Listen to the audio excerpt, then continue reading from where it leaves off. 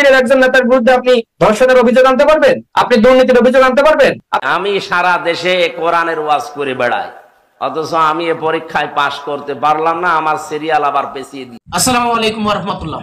দর্শক, এবার জামাত শিবিরের প্রশংসা করলেন গণ অধিকারের রাশেদ। জামাত শিবির করা সহজ নয়। আপনারা জানেন যে জামাত শিবির করলে জেল, জুলুম, ফাঁসি হয়, এটা অবধারিত। কিন্তু জামাতের একজন সদস্য হতে গেলে, জামাতের রোকন হতে গেলে কতগুলো যে বই পড়তে হয় সেটা আপনাদের ধারণা নাই।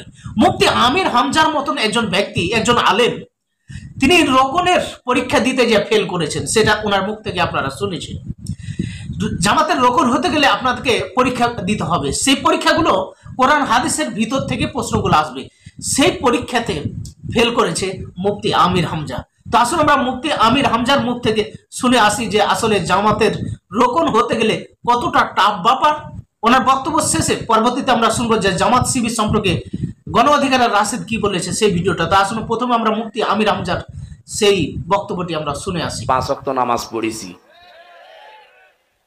আমি পরীক্ষিত এই কারণে বলছি, কয়েকদিন আগে আমার একটা শপথ ছিল কিন্তু হয়নি।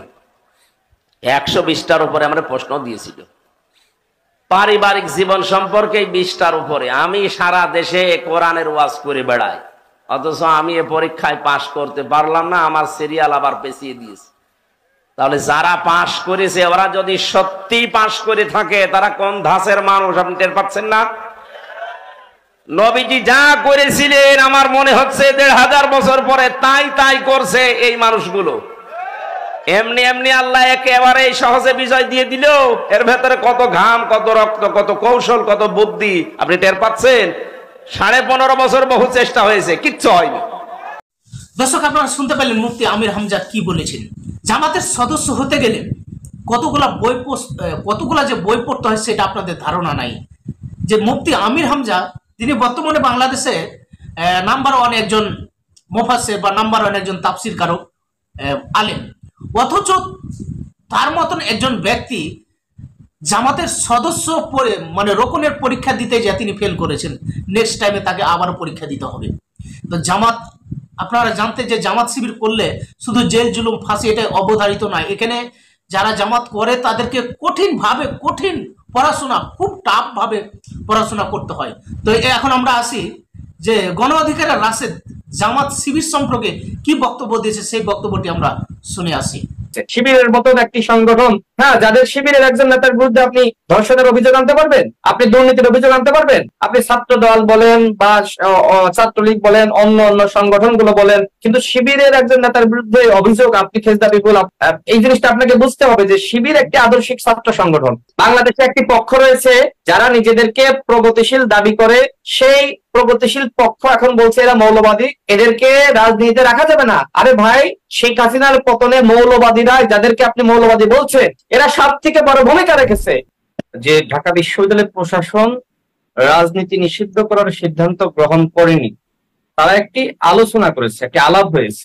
যেহেতু সাধারণ শিক্ষার্থীদের কেউ ছাত্র রাজনীতি নিষিদ্ধ করা হোক এই দাবি করেছে, এবং কতিপয় শিক্ষার্থী রাজু ভাস্কর্যের সামনে তারা কর্মসূচি পালন করেছে এবং তারা এক ধরনের হুমকি দিয়েছে যে যতক্ষণ না পর্যন্ত ছাত্র রাজনীতি নিষিদ্ধ হবে আমরা ক্লাস পরীক্ষায় ফিরবো না। এটি বিশ্ববিদ্যালয়ের প্রশাসনের কাছে তথ্য গিয়েছে। সেই তথ্যের ভিত্তিতে তারা একটি আলোচনা করেছে যে কি করা দরকার। মূলত নিষিদ্ধের আলাপটা হয়েছে, সিদ্ধান্ত গ্রহণ করা হয়নি। সেখানে আলোচনা হয়েছে, সেখানে কোনো ধরনের সিদ্ধান্ত গ্রহণ করা হয়নি। এবং বিশ্ববিদ্যালয় প্রশাসন কোনোভাবেই রাজনীতি নিষিদ্ধ করার সিদ্ধান্ত নিতে পারে না, সেই এখতিয়ার তাদের নাই। বিশ্ববিদ্যালয় প্রশাসন কেন রাজনীতি নিষিদ্ধ করবে? বরং তারা যদি মতামত দিতে পারে বা আলোচনা করতে পারে, বা যারা স্টেক হোল্ডার রয়েছে তাদের সাথে আলোচনা করতে পারে যে আমাদের এই মুহূর্তে করণীয় কি। অনেকে দাবি করছে রাজনীতি নিষিদ্ধ করা। মিডিয়াতে যেটি এসেছে আমার মনে হয় যে সেটি আসলে ভুলভাবে এসেছে, সেটি সঠিকভাবে কোনো তথ্য আমার মনে হয় না যে মিডিয়াতে এসেছে। আসলে যদি নিষিদ্ধ করার সিদ্ধান্ত আসতো তাহলে অবশ্যই গেজেট প্রকাশ করতো, প্রজ্ঞাপন জারি করতো, সেটি কিন্তু করেনি। এবং দেখেন যে পরিবেশ পরিষদের অন্তর্ভুক্ত ছাত্র সংগঠনগুলোকে ডাকা হয়েছে, এবং এটি গঠিত হয় 90 স্বৈরাচার বিরোধী আন্দোলনের পরে, সফল হওয়ার পরে। এবং ওই সময় আমি যেটি শুনছি, তো ওই সময় আপনার এরশাদের যে ছাত্র সংগঠন, জাতীয় ছাত্র সমাজ এবং ছাত্র শিবির তাদের রাজনীতি নিষিদ্ধ করার একটি আলাপ সেই সময় হয়েছিল। ওই সময়ে কিন্তু আসলে প্রজ্ঞাপনটা জারি করে নাই। এই কারণে বিশ্ববিদ্যালয় প্রশাসনের হাতে কোনো গেজেট নাই, কোনো তথ্য নাই, যে কারণে তারা সেই কথাটি ইতিমধ্যে বলেছে। প্রক্টর স্যার বলেছে যে আমাদের কাছে কোনো ডকুমেন্টস নাই। আজ থেকে অনেক বছর আগের কথা। সেই সময় কি আলোচনা হয়েছিল, কোন প্রেক্ষাপটে আলোচনা হয়েছিল, সেটাকে আমরা এই মুহূর্তে কখনোই প্রাসঙ্গিক মনে করতে পারি না। কারণ পরিবেশ পরিষদ এটি কি? এটা তো একটি ভুইফল সংগঠন। আপনি ছাত্র অধিকার পরিষদকে বাদ দিয়ে আপনি কাকে নিয়ে বসলেন? এটি তো কখনোই গ্রহণযোগ্য হতে পারে না। এবং আপনি বলছেন যে ছাত্র শিবির নিষিদ্ধ, কেন ছাত্র শিবিরকে ডাকা হলো? যে সংগঠনগুলো ওই মিটিং এ এই কথা বলেছে তাদেরকে কয়জন মানুষ চিনে? তারা কি ভূমিকা রেখেছে গণ অভ্যুত্থানে? আমি আপনাকে যেটি বলি সেটি হলো যে এই গণ অভ্যুত্থানে যারা বৈষম্য বিরোধী আন্দোলনের সমন্বয়ক, ওই সমন্বয়কদের সাথে আলাপ আলোচনা এবং মিটিং এর মাধ্যমেই সিদ্ধান্ত হয় যে এখানে ছাত্র শিবির ছাত্রদল থাকবে। এবং ছাত্র শিবিরের সাথে বৈষম্য বিরোধী আন্দোলনের সমন্বয়ক, যারা প্রধান সমন্বয়ক, নাইক বলেন, আসিফ বলেন, সার্জিক বলেন, হাসনাত বলেন, সবার সাথে মিটিং হয়েছে। শিবিরের সভাপতিদের মিটিং হয়েছে। আমি আপনাকে একটা তথ্য বলি, সেটি হলো যে আমরা রাজনৈতিক দলের নেতা হিসেবে, সাগর ভাই শুনছেন, এটা আপনার জানা দরকার, আমরা দলের প্রেসিডেন্ট সেক্রেটারি এবং আরো অন্যান্য দলের, আমরা যেদিন এই অন্তর্বর্তীকালীন সরকার শপথ গ্রহণ করে সেদিন আমরা কিন্তু বঙ্গভবনে আমরা গিয়েছিলাম অতিথি হিসেবে। সেখানে আমি নিজে দেখেছি ছাত্র শিবিরের বর্তমান সভাপতি, যিনি ইতিমধ্যে আলোচনায় এসেছেন, এবং সাবেক 4 জন ঢাবির সভাপতি, সাবেক টোটাল 5 জন সভাপতির সাথে আমার সাক্ষাৎ হয়েছে, সেখানে দেখা হয়েছে। তারা আমাকে দেখে সালাম দিয়েছে, কথা বলেছে, এবং তারা বলেছে যে আমি তো সবাইকে চিনি না, একজনকে চিনতাম আর মানে বাকি 4 জনকে চিনতাম না। তারা নিজ থেকে পরিচয় দিলেন। আমার কথা হলো যে তারা কিভাবে গেল? ছাত্র শিবিরের 5 জন সভাপতি, সাবেক 4 জন এবং বর্তমান রানিং যিনি সভাপতি, কিভাবে গেল? আমি তাদেরকে জিজ্ঞেস করেছিলাম যে আপনারা এত সভাপতি এখানে কিভাবে আসলেন? তারা আমাকে বললো যে তারা বৈষম্য বিরোধী ছাত্র আন্দোলনের হয়ে তারা এখানে এসেছেন এবং তাদেরকে অতিথি হিসেবে আনা হয়েছে। আমার প্রশ্ন হলো, যদি ছাত্র শিবিরের গুরুত্বপূর্ণ ভূমিকা এই আন্দোলনে না থাকতো, তাহলে আসিফ, নাহিদ কেন ছাত্র শিবিরের 5 জন সভাপতিকে সেখানে নিয়ে গেল? এবং তারা তো কোনো কমিটিতে ছিল না। ছাত্র শিবিরের এই 5 জনের একজনও বৈষম্য বিরোধী আন্দোলনের কোনো কমিটিতে কোথাও ছিল না। তাদেরকে কেন নিল? কারণ শিবিরের সাথে অভ্যন্তরীণ আলাপ আলোচনার মাধ্যমেই সিদ্ধান্ত গৃহীত হয় এখানে সকল ছাত্র সংগঠন থাকবে।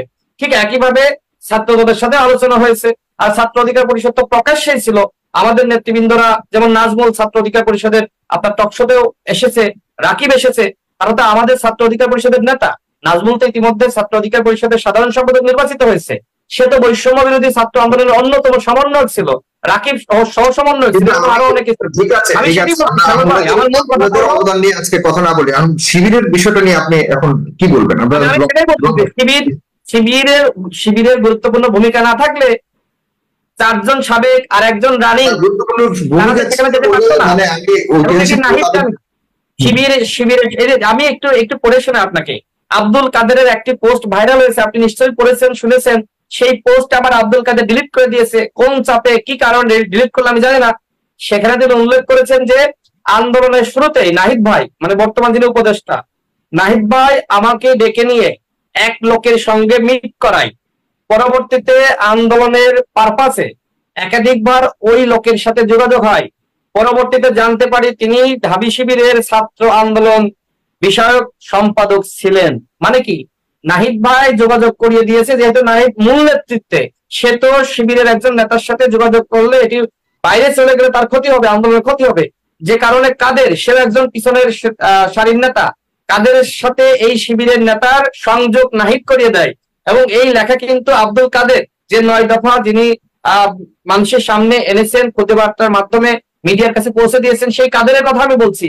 সেই কাদেরের সাথে শিবিরের একজন নেতাকে নাহিদ সাক্ষাৎ করিয়ে দেয় এবং আন্দোলনের স্বার্থে বিভিন্ন সময় ওই নেতার সাথে কাদেরের দেখা সাক্ষাৎ হয়েছে। আমি জাস্ট এতটুকু বলি, ছাত্র শিবির এই আন্দোলনে আর্থিকভাবে, সাংগঠনিকভাবে বৈষম্য বিরোধী ছাত্র আন্দোলনের নেতাদেরকে সহযোগিতা করেছে। এটা ট্রু, এটা মানতে হবে।